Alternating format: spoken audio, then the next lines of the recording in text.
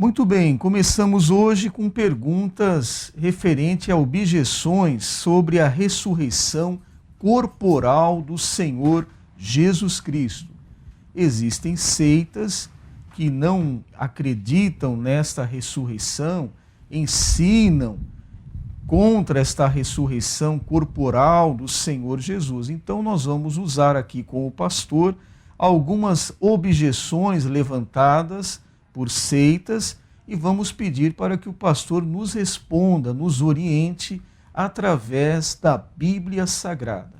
A primeira objeção contra a ressurreição corporal de Jesus diz assim: Jesus materializou um corpo, tal como os anjos fizeram no passado, citando aqui Gênesis 19, 1 ao 3. Os anjos assumiram corpos porque eram incorpóreos. Dizendo sobre os anjos, explicando que são anjos, Hebreus, capítulo 1 e versículo 14, declara: não são porventura todos eles espíritos ministradores enviados para servir a favor daqueles que hão de herdar a salvação? Nenhum deles, porém, tinha morrido. Jesus, no entanto, tornou-se carne, de acordo com João, capítulo 1, versículo 14. E o Verbo se fez carne e habitou entre nós, e vimos a sua glória como a glória do unigênito do Pai, cheio de graça e de verdade. Então há uma diferenciação.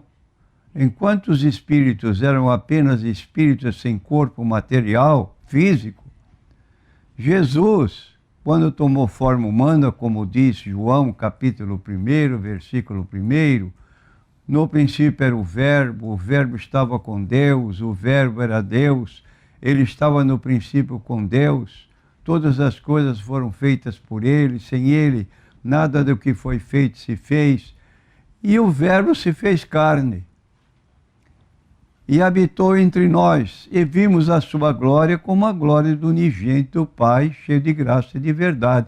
Fazer um paralelo é demonstração de conhecimento, desconhecimento da Escritura, comparar com 19, 1 a 3. Eu vou ler: vieram os dois anjos a Sodoma à tarde, estava lá Ló, assentado à porta de Sodoma, vendo-os Ló, levantou-se ao seu encontro, inclinou-se com o rosto em terra, e disse: eis agora, meus senhores, entrai, peço-vos, em casa de vosso servo, e passai nela a noite, lavai os vossos pés, e de madrugada vos levantareis, e ireis vosso caminho. E eles disseram: não, antes passaremos na rua à noite. E porfiou com eles muito, e vieram com ele, e entraram em sua casa, fez banquete, cozeu bolos em levedura e comeram.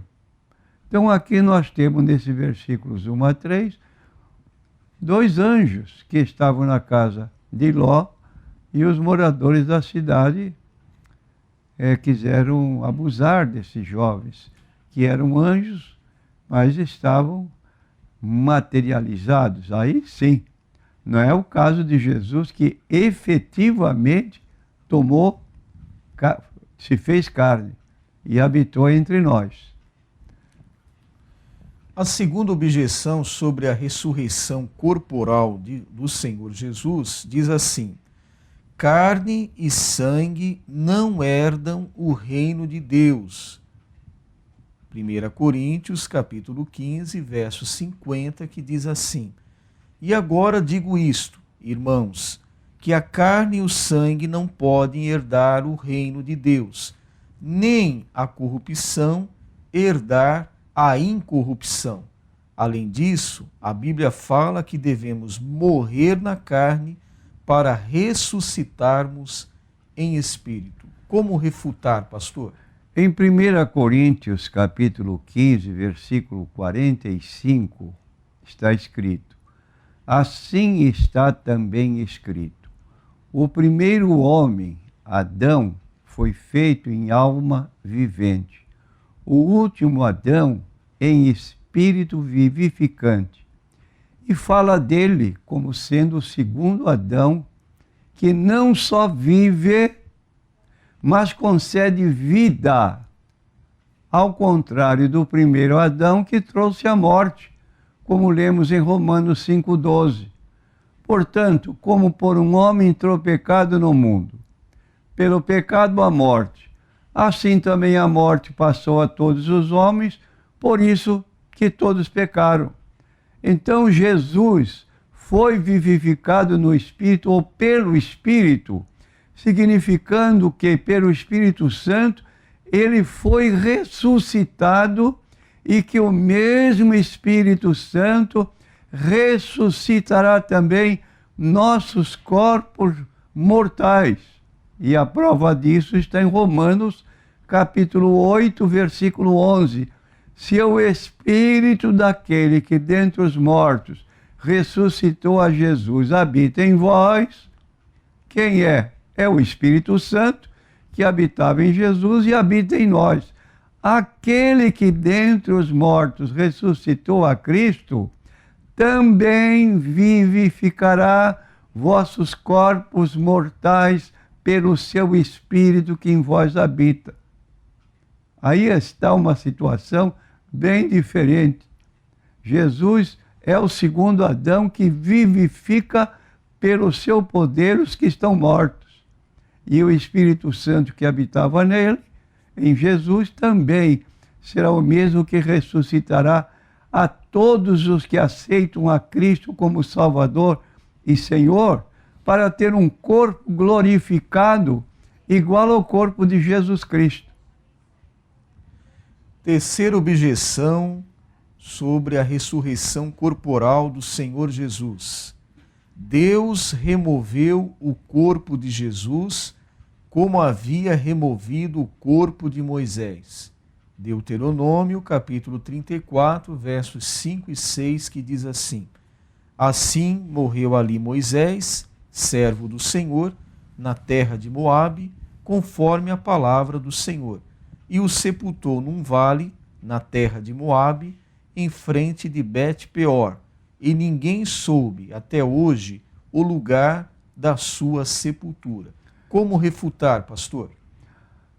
É interessante como é que tem pessoas que estudam a Bíblia, ou se estudam, só podem ser sectários. Negou a ressurreição corporal de Cristo, pode fechar o seu lugar de pregação, que você está pregando em vão. É o que diz o apóstolo Paulo em 1 Coríntios, no versículo 15, capítulo 15, do versículo 6 adiante. Vamos ler esse trecho depois. Mas fazer um paralelo da ressurreição de Cristo com o corpo de Moisés, que ressuscitou, precedendo Jesus, quando Jesus é a primícia dos que dormem, e Moisés então ressuscitou antes dele, logo teria que ser Moisés as primícias dos que dormem, num tipo de ressurreição em corpo glorificado. E o corpo de Moisés, para quem lê Bíblia corretamente, não foi removido da sepultura, mas seu túmulo foi escondido em um lugar que ninguém conseguiu encontrar, ao passo que o sepulcro de Jesus foi encontrado, mas não o seu corpo. Está bem claro em Lucas 24, versículos 1 a 3. No primeiro dia da semana, muito de madrugada, foram elas, as mulheres, ao sepulcro, levando as especiarias que tinham preparado e algumas outras com elas, e acharam a pedra revolvida do sepulcro, e entrando não acharam o corpo do Senhor Jesus. No caso de Moisés, ninguém encontrou o corpo porque não sabia o local do túmulo.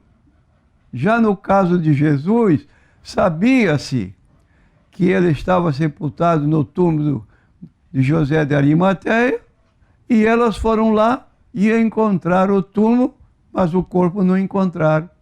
Jesus tinha ressuscitado. Quarta objeção sobre a ressurreição corporal do Senhor Jesus. O homem terrestre, Jesus de Nazaré, não existe mais. Foi morto em 33 depois de Cristo. Como refutar, pastor? É incrível, incrível ouvir essa palavra de pessoas que têm contato com a Bíblia. Jesus de Nazaré não existe mais. Foi morto em 33 depois de Cristo. Escute só para ver a aberração de uma pergunta como essa. Alguns dias depois da ascensão de Jesus, Pedro e João curaram um coxo de nascença à porta do templo, em nome de Jesus o Nazareno. Está em Atos, capítulo 3, versículo 6. E disse Pedro: não tenho prata nem ouro, mas o que tenho se te dou. Em nome de Jesus Cristo Nazareno, levanta-te e anda. Jesus, homem, é o nosso mediador. 1 Timóteo capítulo 2, versículo 5. Porque há um só Deus e um só mediador entre Deus e os homens, Jesus Cristo, o homem. Jesus no céu tem um corpo glorificado igual ao seu corpo aqui na terra. Por isso ele é o nosso mediador. Quinta e última objeção sobre a ressurreição corporal do Senhor Jesus. Jesus ressuscitado era um espírito glorificado e não um corpo glorificado. Como refutar, pastor? Não pode morrer um corpo sem espírito e ressuscitar um espírito sem corpo. Francamente. É o contrário. Morrer um corpo sem espírito, no caso de Jesus, e ressuscita um espírito sem corpo. A ressurreição espiritual ocorre com os mortos espirituais e não com os mortos físicos. Como lemos em Colossenses capítulo 3, versículo 1, se já ressuscitastes com Cristo, buscai as coisas que são de cima, onde Cristo está sentado à destra de Deus. Esse sim. Ainda em Efésios capítulo, em Efésios capítulo 2, versículo 1, ele vos deu vida quando estáveis mortos em delitos e pecados. Ressuscitamos espiritualmente para viver perto de Cristo, fazendo a sua vontade. Mas a ressurreição nossa vai ser igual à ressurreição de Cristo. Para os que negam a ressurreição corporal de Jesus, o apóstolo Paulo apontou como falsas testemunhas de Deus, e eu acrescentaria o nome Jeová. Falsa testemunha de Deus, Jeová. 1 Coríntios capítulo 14, Paulo declara: se Cristo não ressuscitou, logo é vã a nossa pregação e também é vã a vossa fé.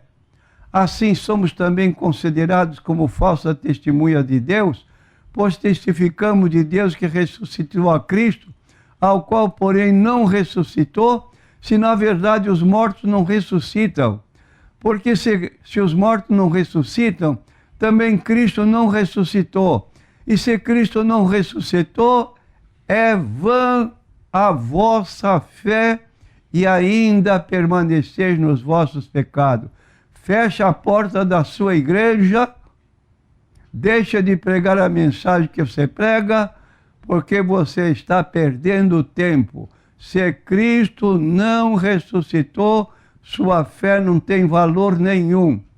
E ainda permanece nos seus pecados, que não tem pecados apagados nenhum. Agora, a conclusão de toda essa apresentação, nós temos no versículo 20. Mas de fato Cristo ressuscitou dentre os mortos e foi feito as primícias dos que dormem. Esse versículo 20 é fatal. Quem nega a ressurreição de Cristo está perdendo tempo em qualquer tipo de religião que tiver. De fato, Cristo ressuscitou dentre os mortos e foi feito as primícias dos que dormem. E o apóstolo Paulo apresenta em 1 Coríntios capítulo 15 que ele foi visto uma vez por mais de 500 irmãos, dos quais, diz o apóstolo, a grande maioria deles ainda vive como testemunhas oculares da ressurreição de Cristo. A próxima pergunta é da consulente Diana, aqui da Igreja Efraim. Ela pergunta ao pastor por que a maioria hoje dos pastores não cuida de suas ovelhas doentes. Em uma das suas parábolas, Jesus falou sobre um homem que tinha 100 ovelhas. E em determinado dia acabou perdendo uma delas. Está em Lucas 15, versículo 4. Na situação hipotética, quem perdeu a ovelha foi o pastor. O motivo não se sabe, porque a parábola não diz. São infinitas as possibilidades como resolver o problema. Como recuperar a ovelha perdida, embora ficasse com as 99 no aprisco? Uma ovelha vale tanto quanto 99. O pastor não pensa em números, mas sim em vida. Ele não analisa quanto ele quer ganhar, mas sim quanto ele não quer perder. E aí está um paralelo com um pastor. Hebreus 13, versículo 17, obedecei a vossos pastores, sujeitai-vos a eles, porque velam por vossas almas, como aqueles que hão de dar conta delas, para que o façam com alegria e não gemendo, porque isso não vos seria útil. Entretanto, hoje, os pastores sobem ao púlpito, falam ao microfone, se alegram vendo a igreja lotada, os ouvindo, mas evitam a aproximação com os membros que lotam a igreja.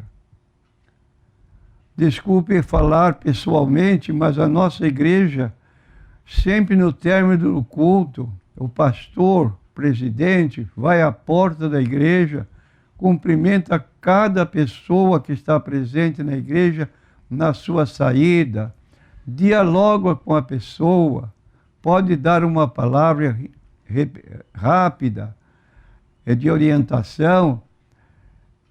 Então, hoje não chegam próximo da ovelha, não explanam a Bíblia dentro da situação que a ovelha precisa ouvir, porque não a conhece. Eles fazem um discurso que não vai direto ao ponto necessário. As ovelhas não ouvem a preleção que toca na ferida exposta, ouve um monólogo que não interpreta na vida delas adequadamente, portanto, não soluciona o problema que elas têm. Por falta de diálogo entre pastor e ovelha, a ovelha não se alimenta de maneira balanceada, adoece e morre espiritualmente. Eu pergunto a você, meu prezado irmão, é assim que está acontecendo na sua igreja? Acabou o culto, o pastor se retira pelo fundo da igreja, acabou. Não tem mais possibilidade de conversar com ele. E ele não conhece as ovelhas, e as ovelhas não o conhecem. Mas vamos ter o cuidado, primeiro, com a parábola de Jesus. O pastor perdeu uma ovelha, ficou com 99 no aprisco. Não perdi tudo, fiquei com 99. Não, deixou no aprisco a 99 e vai após a perdida. E quando a encontra, põe-na no ombro e diz aos seus amigos e vizinhos: alegrai-vos comigo, porque já achei a minha ovelha perdida. Ele queria todas, 100 ovelhas seguras. E a Bíblia fala, então, que essa deve ser a qualificação do pastor, como diz Hebreus 13:17. Velam por vossas almas, oram em favor, visitam, estão atentas à sua frequência à casa de Deus. Quando não vem, dá um telefonema: irmão, tudo ok em sua casa? Algum problema? E assim mantém sempre a pessoa em vista, demonstrando que é essa a sua função como pastor. Então, o pastor amigão, o pastor bom conselheiro, onde está o pastor que possui a capacidade de chamar o membro pelo nome? Sabe com quem o membro está casado, sabe se o membro tem filhos, quantos filhos são. Onde está o pastor que sabe dizer a idade dos filhos dos membros e o nome deles? É quase uma utopia, mas é esse o dever do pastor. A segunda pergunta da consulente Diana, acredito que o pastor já tenha respondido. O pastor deve ir atrás de uma ovelha, mesmo tendo mais 99? Sem dúvida que sim, conforme nós já abordamos. Uma ovelha vale tanto quanto 99. O pastor não pensa em números, pensa em vida. A próxima pergunta é NQI Homem. O consulente aqui pergunta como interpretar as palavras do Senhor Jesus em Lucas 14, verso 15.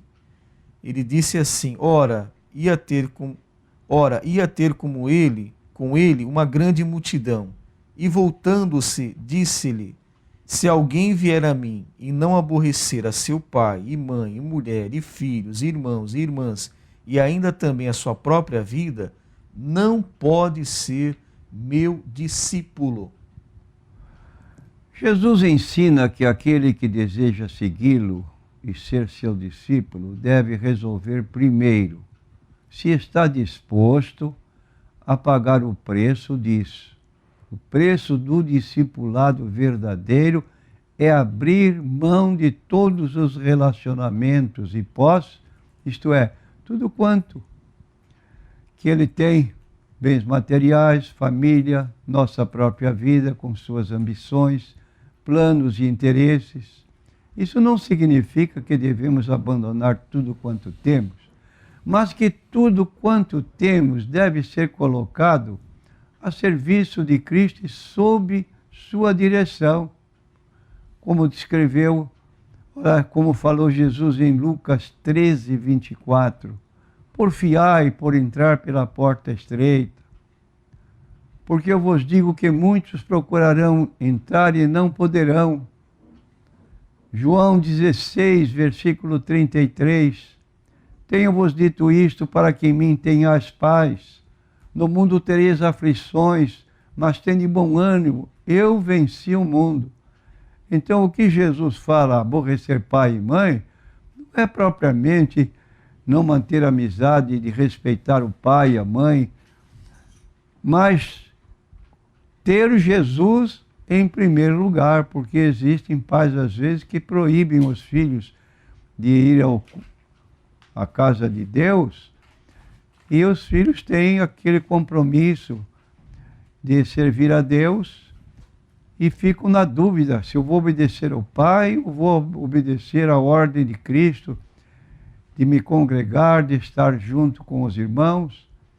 E quando então temos Cristo em primeiro lugar, vamos ser fiéis a Cristo sem deixar de atender nossos parentes como pais, mães, e ainda, se precisar de ajuda, mantê-los como é o dever de um filho. Honra teu pai e a tua mãe para que te vá bem e vivas muito tempo sobre a face da terra. Então não há desrespeito, mas há preferência. Quem ocupa o primeiro lugar é Jesus.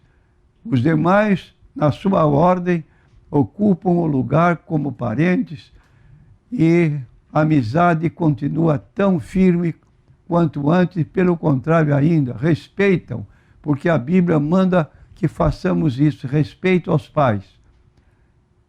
E é a nossa colocação que devemos atender.